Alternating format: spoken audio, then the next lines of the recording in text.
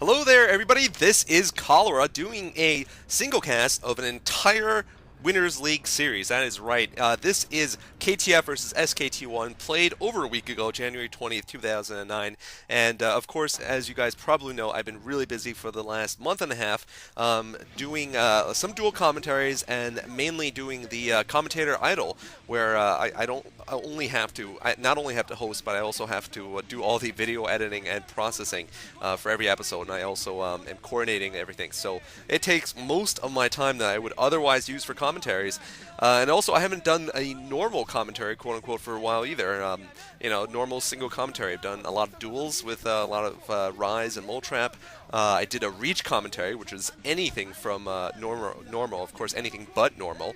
With the Mantos, you can never ever be just mediocre or average. And I'm glad to be able to do a whole series today. I do have a little bit of time, and this is proving to be, I think, a very exciting series because I've gotten a lot of requests for it. This is the Winners League series between KTF and SKT1, of course. And this first game is Luxury versus Bisu. Luxury, of course, has been kicking butt in both the MSL and OSL since the results of those games were over a week ago. I will say that he managed to advance to both the round of 16 in both the OSL and MSL. Bisu, on the other hand, well, the results are also in for him, and let's just say he hasn't been playing very, very well at all. He's been eliminated in the round of 32 for both Star Leagues, unless he somehow managed to come out of the 12 players in the wild card round for the OSL last night, because of back fail.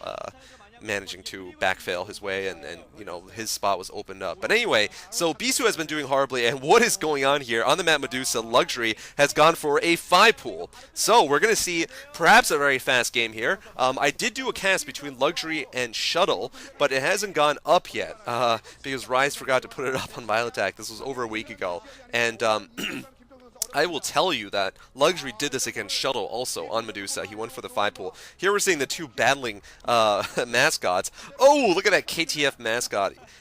He looked so ugly from the promotion pictures, but I guess in person he looks a little bit better.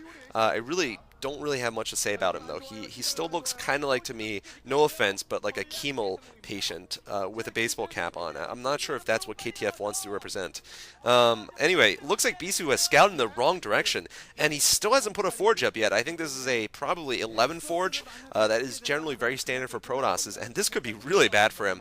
We saw that Borodori, or Shuttle, was unable to deal with Luxury's fast Zergling attack, even when he had scouted Luxury first, actually, this being a 3-player map, and I just don't know if Bisu is going to be able to handle this, because Luxury, of course, has been tearing it up, and Bisu has been slumping it up recently, and this might be another big blow to his confidence if he loses this game against Luxury. Now, Bisu has spotted Luxury's Zerglings, and he is going to take the route where he's going to try to defend his main base. I was going to say there's 2 routes the Protoss can take against the 5-pool.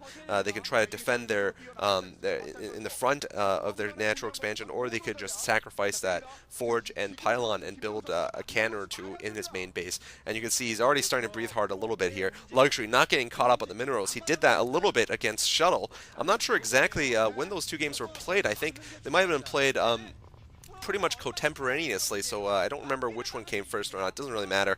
He did the 5-pool in both games. Anyway, here is Luxury going in, and the cannons are not up yet, but Bisu's got a nice block there. Good cannon positioning by him. Looks like Luxury's going to go for the pylon, actually. Not going to go for the cannons. He realizes he probably doesn't have enough time to take out the cannons, but he's going to aim for the pylon. I'm not sure if that's the best idea, though. Cannons, of course, have much fewer hit points than pylons do, and now he's going for the probes.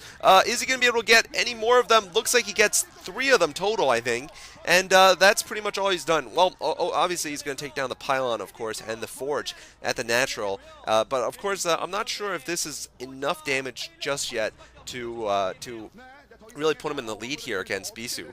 Luxury looks like he has, of course, stopped building Zerglings, and he has continued drone production and put up a hatchery already. So given that I saw about 9 drones there, maybe 10, I'd say they're actually... Well, I'd say he's slightly ahead right now. Given the fact that he can actually put up another hatchery, I would say he is ahead. Diggity actually has in the StarCraft Lounge at at SC2G.com put up a couple of math questions, sort of like my puzzlers, but much more advanced. You know, like if a turn player does a fast vulture drop against a Protoss who does 2-gate and 2 Nexus, how many probes does he have to kill in order to make it economically successful? You know, how many probes does a mana pylon have to block to make it successful? Or, you know, all that stuff. But anyway, these are the two coaches here. Look at the coach on the right there. That is the coach for SKT1, looking pretty spiffy in the tux there. Looks like Luxury is actually going to convert into a 3-hatchery build here, and probably going to go for something pretty standard.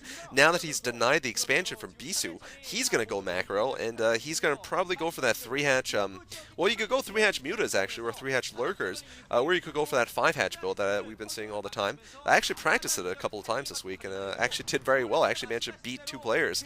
I won't name who, because it's a little embarrassing how good they are, and I still managed to beat them, Zerg versus Protoss, but, well, just say that was pretty impressed. I was pretty impressed at how powerful that build is. Spire into 5-hatch Den.